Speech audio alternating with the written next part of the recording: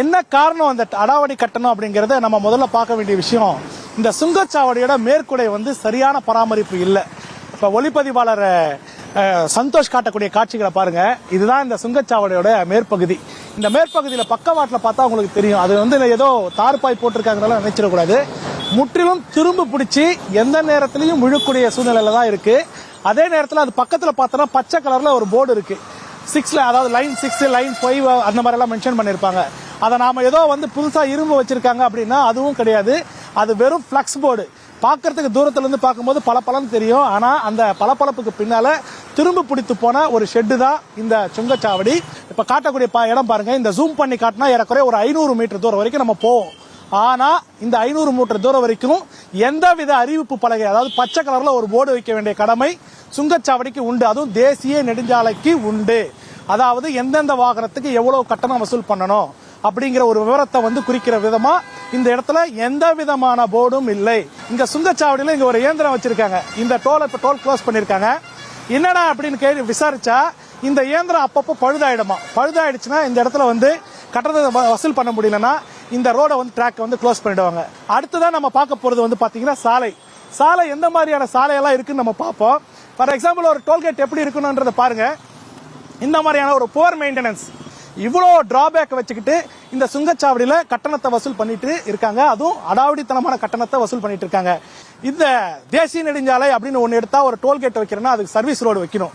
இந்த சாலையை பொறுத்த வரைக்கும் சர்வீஸ் ரோடு இல்லாதனால யூ டர்ன் போட்டு எந்த பக்கத்துல இருந்து எந்த பக்கம் போறாங்க பாருங்க.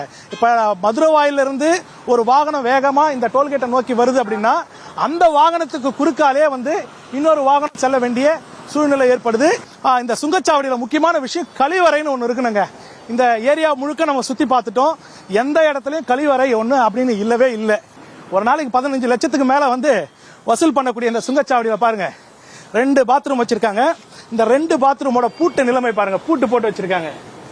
இது பூட்டு இதுக்கும் போட்டு வச்சிருக்காங்க, இதுக்கும் போட்டு வச்சிருக்காங்க. சரி, இந்த 2 பாத்ரூம் பூட்டு போட்டு வச்சிருக்காங்க. என்னத்துக்காக போட்டு வச்சிருக்காங்க அப்படிங்கறத நம்ம விசாரிக்கும் போது என்ன சொல்றாங்க, சுங்கச்சாவடியில பணியாற்றக்கூடிய பணியாளர்கள் பயன்படுத்துறதுக்கு தான் நாங்க வச்சிருக்கோம் அப்படிங்கிற மாதிரி ஒரு தகவல் சொல்றாங்க.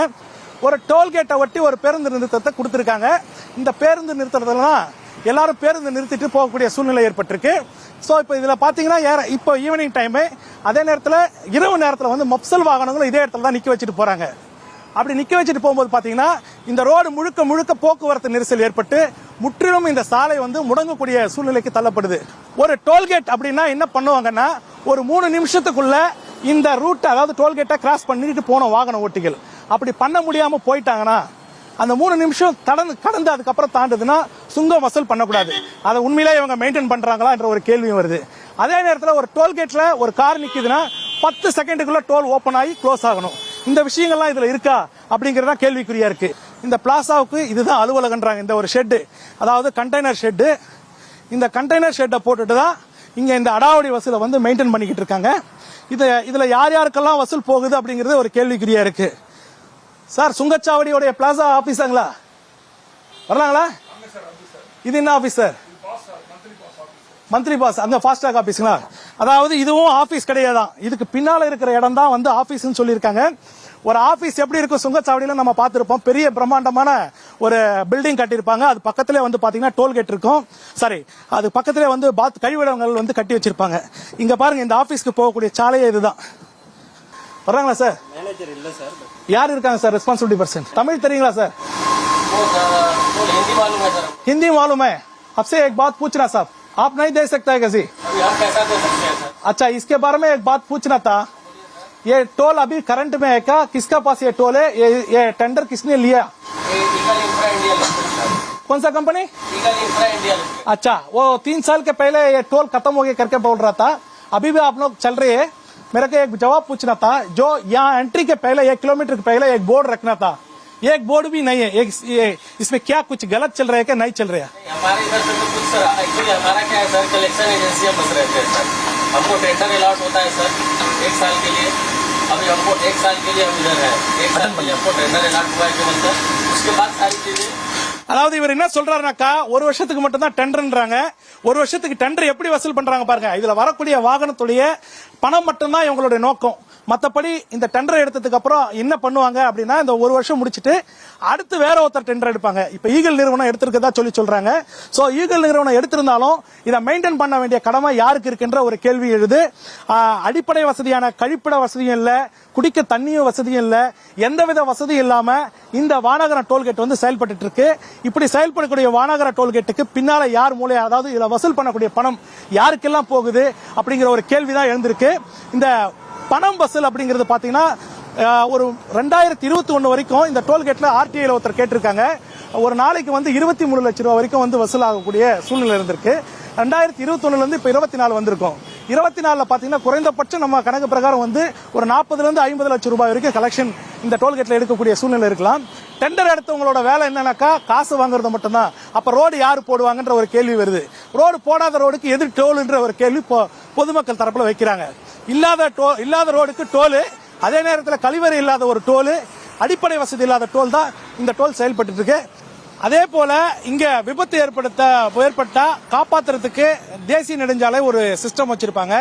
அதாவது இந்த தேசிய நெடுஞ்சாலையில விபத்து ஏற்படும் போது அவங்களை காப்பாற்றுவதற்கு 10:33 தொடர்பு கொண்டால் அங்கு உடனடியாக தேசிய நெடுஞ்சாலை ஆம்புலன்ஸ் வரும். அந்த ஆம்புலன்ஸ் தான் இது நிக்குது. அதாவது திருவிழால வந்து குழந்தைங்களுக்கு வாங்கி கொடுக்கிற ஒரு ஆம்புலன்ஸும் இந்த ஆம்புலன்ஸுக்கும் எந்த வித்தியாசமும் கிடையாது. 24 மணி நேரம் இந்த இடத்தை தவிர வேற எந்த இடத்துக்கும் போனதா தெரியல. அதுக்கு நம்ம அத்தாட்சியா இங்க பார்த்தோம்னா இங்க இருக்கக்கூடிய அழுக்குகளை வச்சே கண்டுபிடிச்சிடலாம். குறிப்பா இதுல ஓட்டுநரும் இருக்க மாட்டாரு, முதலுதவி செய்யக்கூடியவரும் இருக்க மாட்டாரு. தொடர்ந்து இந்த வாகனம் இதே இடத்துல தான் நின்றுட்டு இருக்கும். அப்படி விபத்து ஏற்பட்டு யாராவது தொடர்பு கொண்டாலும் மாநில அரசுடைய 108 ஆம்புலன்ஸ் தான் வந்து விபத்தில் சிக்கி இருக்கிறவர்களை காப்பாற்றக்கூடிய சூழ்நிலை இருக்கு. இந்த மாதிரியான ஆம்புலன்ஸை வைத்துக் கொண்டுதான் தேசிய நெடுஞ்சாலை இந்த சுங்க கட்டணத்தை வந்து அடாவடித்தனமாக வசூலித்து வருகிறது. இங்கதான் பேருந்துக்காக பொதுமக்கள் காத்துக்கிட்டு இருக்காங்க. இந்த பொதுமக்கள் இங்கிருந்தா பேருந்துல வந்து ஏறி போக வேண்டிய சூழ்நிலை. இந்த பொதுமக்கள் ஏறக்கூடிய அதே பக்கத்துல தான் பாத்தீங்கன்னா வெறும் குப்பை கூலமா இருக்கக்கூடிய ஒரு டோல்கேட்டை பாத்துக்குங்க.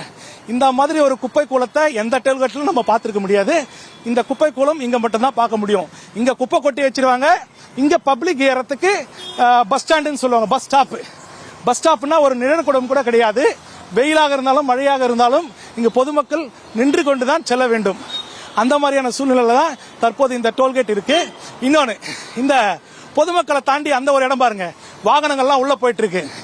அதாவது தேசிய நெடுஞ்சாலையில ஒரு டோல்கேட்டுக்கு முன்னால சர்வீஸ் ரோடு இருக்கணும்னு சொல்லுவாங்க. ஆனா இங்க சர்வீஸ் ரோடுன்றது கிடையாது. இந்த மாதிரியான ரெசிடென்சியல் ஏரியாக்குள்ள தான் வந்து வாகனங்கள் செல்ல வேண்டிய சூழ்நிலையில இருக்கு. இந்த சர்வீஸ் ரோடு ஏன் போடல அப்படிங்கறது 2021 ஆர்டிஐல வந்து தகவல் கேட்டப்போ அது குறித்தான தகவல் இல்லை அப்படிங்கறது ஆர்டிஐல வந்திருக்கு. இப்ப இதுல யாரெல்லாம் உடந்தையா இருக்காங்க? ஒன்னு, தேசிய நெடுஞ்சாலை இதை கண்டுகொள்ள வேண்டும். இந்த மாதிரியான டோல்கேட்டை ஏன் வந்து வச்சிட்டு இருக்கோம், இல்ல மூடணும், இல்ல உண்மையிலே இவங்க டெண்டர் எடுத்து தான் நடத்துறாங்களா அப்படிங்கிற ஒரு கேள்வி. மூணாவது வந்து பாத்தீங்கன்னா அப்படி இதுல வசூலாகக்கூடிய பணங்கள்லாம் யார் யாருக்கெல்லாம் பங்கு போகுது அப்படிங்கிற ஒரு கேள்வி. முக்காவாசி சென்னை மக்கள் பயன்படுத்தக்கூடிய இந்த சாலையில எதற்காக டோல் வைக்க வேண்டும்? சென்னை விரிவாக்கம் செஞ்சுட்டாங்க. விரிவாக்கம் பண்ணும்போது இது வந்து சென்னையோட மாநகராட்சி சாலையை மாத்தாம இத்தனை ஆண்டு காலம் கால தாழ்த்துவது என்ன காரணம்? இதற்கு பின்னால பணம் எவ்வளவு வந்து விளையாடுகிறது? எல்லா கேள்வியும் நம்ம அரசு கிட்ட தான் வைக்கணும். அது மத்திய அரசும் மாநில அரசும் முன்னின்றுதான் இந்த பகுதியை கடக்கக்கூடிய வாகன ஓட்டிகளுக்கு தீர்வு காண வேண்டும் என்பதுதான் எல்லாருடைய எதிர்பார்ப்பாக இருக்கிறது. செய்திகளை உடனுக்குடனும் துல்லியமாகவும் தெரிந்து கொள்ள சப்ஸ்கிரைப் பண்ணுங்க.